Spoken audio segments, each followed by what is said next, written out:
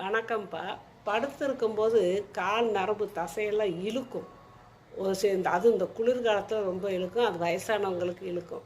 அது குறிப்பிட்ட சத்து பத்தாதனால தான் அப்படியெல்லாம் வருது. இதுக்கு நீங்கள் டெய்லி வாழைப்பழம் ஒன்று ஒன்று சாப்பிட்லாம். அப்புறம் பசலைக்கீரை அடிக்கடி சாப்பிட்லாம். பருப்பு, இந்த நட்ஸுன்றாங்கள விதைகள், எந்த விதையானாலும் அது அடிக்கடி நீங்கள் விடமாட ஒரு நாளைக்கு ஒரு 4-5 சாப்பிட்டு வரலாம்.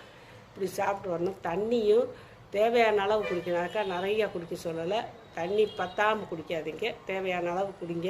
அப்புறம் படுக்க போகும்போது இந்த கால்களுக்கு கொஞ்சம் பயிற்சி தரணும். நீட்டணும், மடக்கணும், ஆட்டணும்.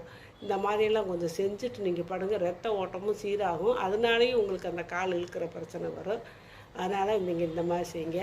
அப்புறம் குளிர் ஓவராக இருந்தாலும் இந்த பனிக்காலத்தில் அந்த மாதிரி வரும். அதுக்கு காலில் ராத்திரி படுக்க போகும்போது சாக்ஸ் போட்டுக்கிட்டு படுங்க.